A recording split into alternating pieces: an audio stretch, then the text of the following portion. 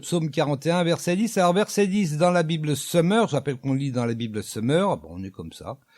Et par contre, dans d'autres traductions, c'est le verset 9, notamment dans la seconde, je crois, c'est le verset 9. Bon, un petit décalage, je sais pas pourquoi, j'ai pas regardé.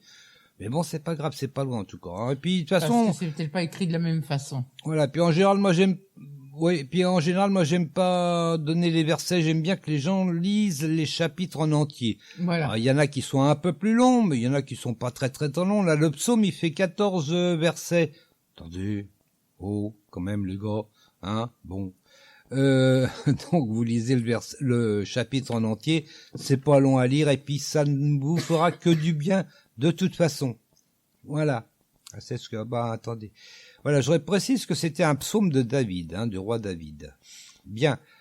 Eh ben, sur ce, on en est où, question Verset 11, 5, non, oui, il faut que je lise quand même.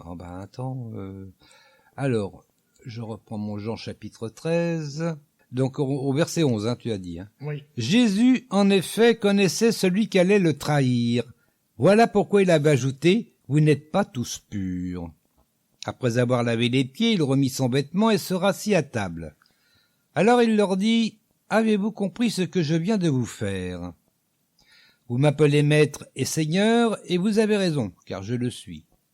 Si donc moi, le seigneur et le maître, je vous ai lavé les pieds, vous devez vous aussi vous laver les pieds les uns aux autres.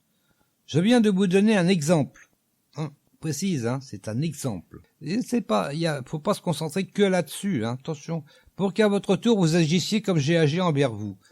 Et là, c'est là qu'on a vraiment la leçon, vous allez écouter. Vraiment, je vous l'assure, un serviteur n'est jamais supérieur à son maître, ni un messager plus grand que celui qui l'envoie. Le problème, c'est pas de se laver les pieds, le problème, c'est d'être humble, de ne jamais se sentir supérieur à qui que ce soit d'ailleurs, hein. Oui. Après, évidemment, oui, mais il y a un tel, il dit des bêtises. Moi, peut-être pas commencer par moi. C'est la solution de facilité. Voilà. Moi, je dirais moins de bêtises que lui. Vous êtes sûr? On dit toujours des bêtises. Peut-être que dans un domaine, c'est peut-être vrai, mais dans d'autres domaines, est-ce que c'est vrai? Hein? L'important, c'est l'humilité. C'est pas le fait de laver les pieds. C'est vrai qu'il y en a beaucoup qui se focalisent là-dessus. C'est pas ça l'important. L'important, c'est l'humilité. Parce que pour laver les pieds de quelqu'un, c'est vrai qu'il faut de l'humilité, hein. Faut pas se prendre pour le roi, sinon on a un problème. Donc, c'est ça qu'il faut en retenir. C'est pas le jour. Enfin, bon, après, vous pouvez vous laver les pieds si vous voulez. Attendez. Attendez. Allez, verset 17. Si vous avez ces choses, vous êtes heureux à condition de les mettre en pratique. Je ne parle pas de vous tous. Je sais très bien quels sont ceux que j'ai choisis. Mais il faut que l'écriture s'accomplisse, : celui avec lequel j'ai partagé mon pain se retourne contre moi. Vous voyez, c'était déjà dans les psaumes de David, ça, hein? Eh ben oui. Je vous le dis dès maintenant, avant que cela ne se produise, pour qu'au moment où cela arrivera, vous croyez que moi, je suis. Vraiment, je vous l'assure, qui reçoit celui que j'envoie me reçoit moi-même, et qui me reçoit celui qui m'a envoyé. Voilà. Ça termine la première partie, on a fait déjà les 20 premiers versets, on a été vite, hein. Oh là là, le travail. Mais bon, on va passer quelques chansons. Oh, oui. Ah, me dire, mais qu'est-ce que t'as choisi aujourd'hui, Doudou? C'est mon surnom, Doudou, en bas. J'ai choisi Sébastien Demeret et Jimmy Lahaye. Ou Jimmy, hein, Jimmy quand même, en bas, quand même. Un peu à l'américaine. Donc Sébastien Demeret et Jimmy Lahaye. Alors j'ai choisi 3 titres, mais vu la vitesse à laquelle je vais, je pense qu'on va pouvoir les écouter tous les 3. Le premier s'appelle Dans mon âme un beau soleil brillant. C'est très connu, c'était je crois même un des premiers chants qui a eu en tout cas du succès, de Sébastien Demeret et Jimmy Lahaye. Donc un beau soleil brille, dans mon âme un beau soleil brille. On l'écoute tout de suite, on se retrouve bien sûr juste après. Attends. Oh quel beau soleil dans mon âme, il éclaire, illumine tout. À ses rayons, mon cœur s'enflamme et je vais chantant partout.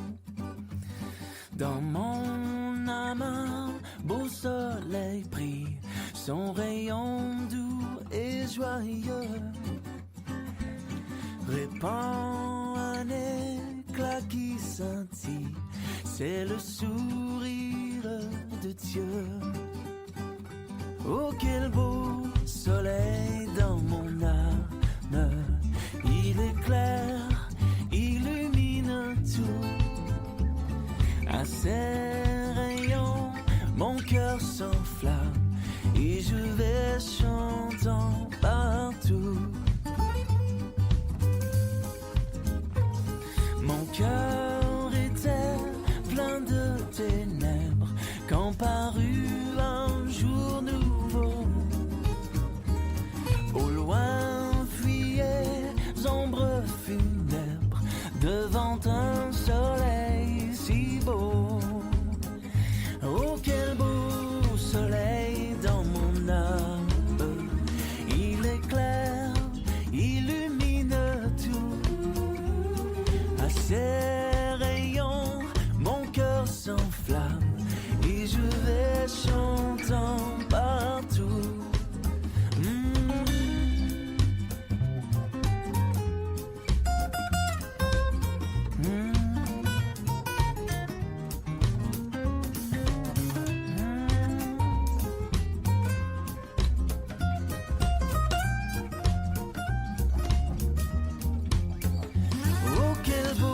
Soleil dans mon âme, il éclaire, illumine tout.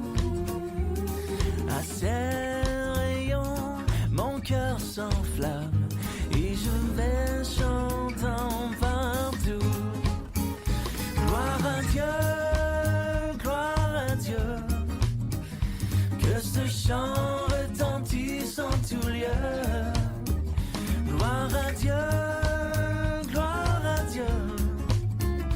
Que ce chant retentisse en tout lieu. Gloire à Dieu, que ce chant retentisse en tout lieu. Gloire à Dieu,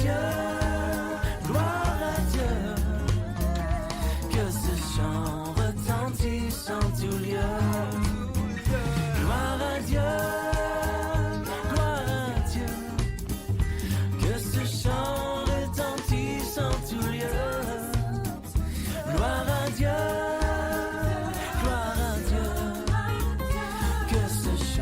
retentisse en tout lieu. Gloire à Dieu.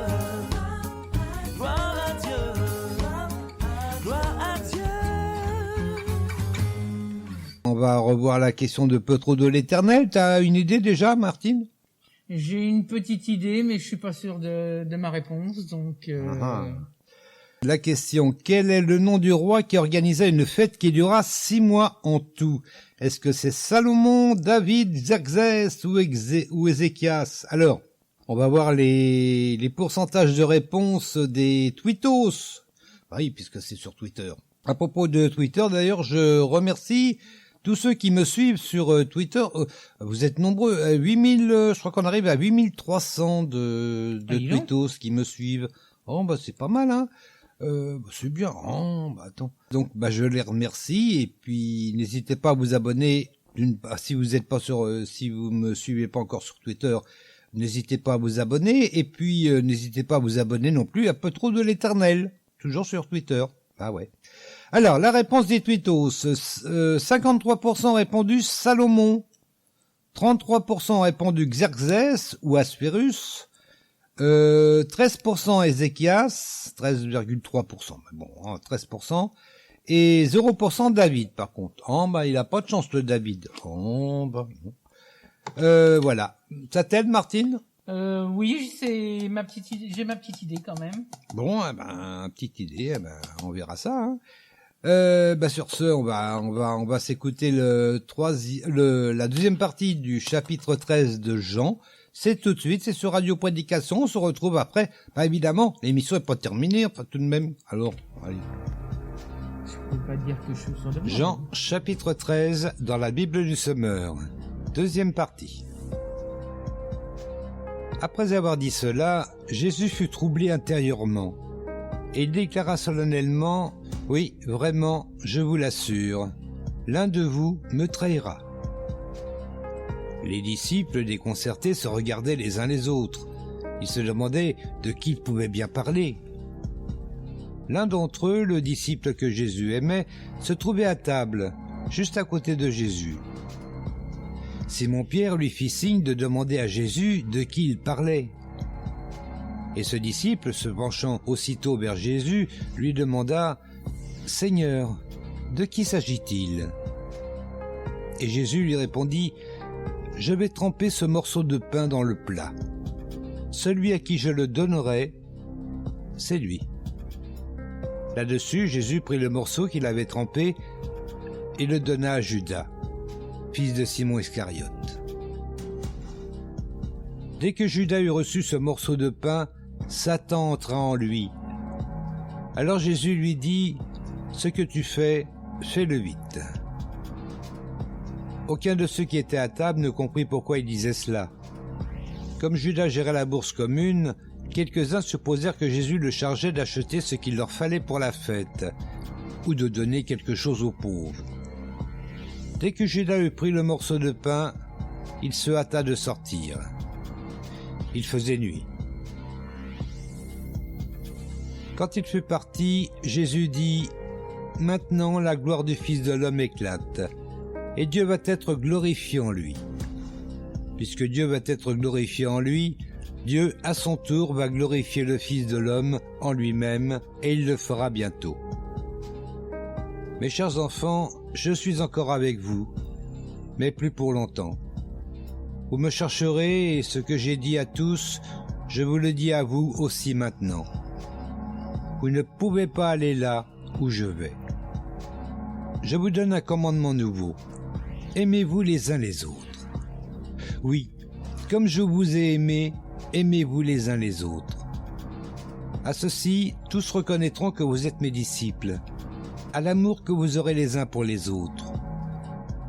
Simon-Pierre lui demanda « Seigneur, où vas-tu » Jésus lui répondit « Tu ne peux me suivre maintenant là où je vais, mais plus tard, tu me suivras. » Mais Pierre reprit « Et pourquoi donc, Seigneur, ne puis-je pas te suivre dès maintenant ? Je suis prêt à donner ma vie pour toi. » « Tu es prêt à donner ta vie pour moi ?» répondit Jésus. « Oui, vraiment, je te l'assure. Avant que le coq ne se mette à chanter, tu m'auras renié 3 fois. »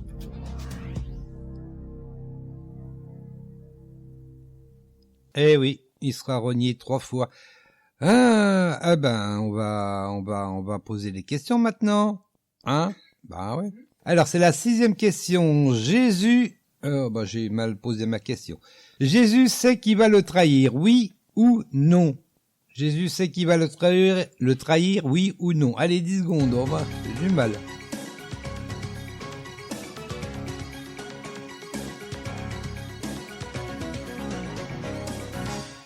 Oui. Oui, c'est tout, Jésus. Que voulez-vous? On va lire ça, c'est au verset 21, donc je lis que le 21, donc c'est le premier verset donc de cette partie.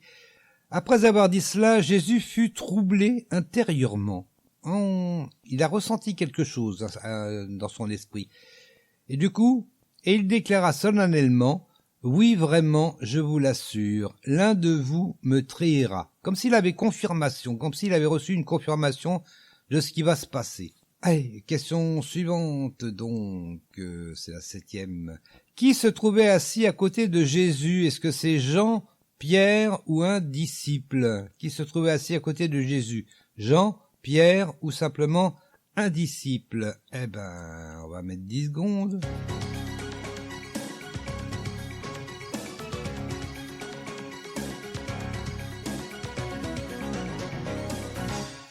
Le disciple que Jésus aimait. Le disciple que Jésus aimait. Alors tout le monde dit que c'est Jean, le disciple que Jésus aimait. C'est possible. Par contre, moi, dans mon esprit, j'ai un petit doute parce que c'est Jean qui écrit cet évangile. Est-ce que dire ça de lui-même, que c'est lui que Jésus préférait, est-ce que c'est vraiment de l'humilité? Non, c'est de la présomption. Voilà, moi je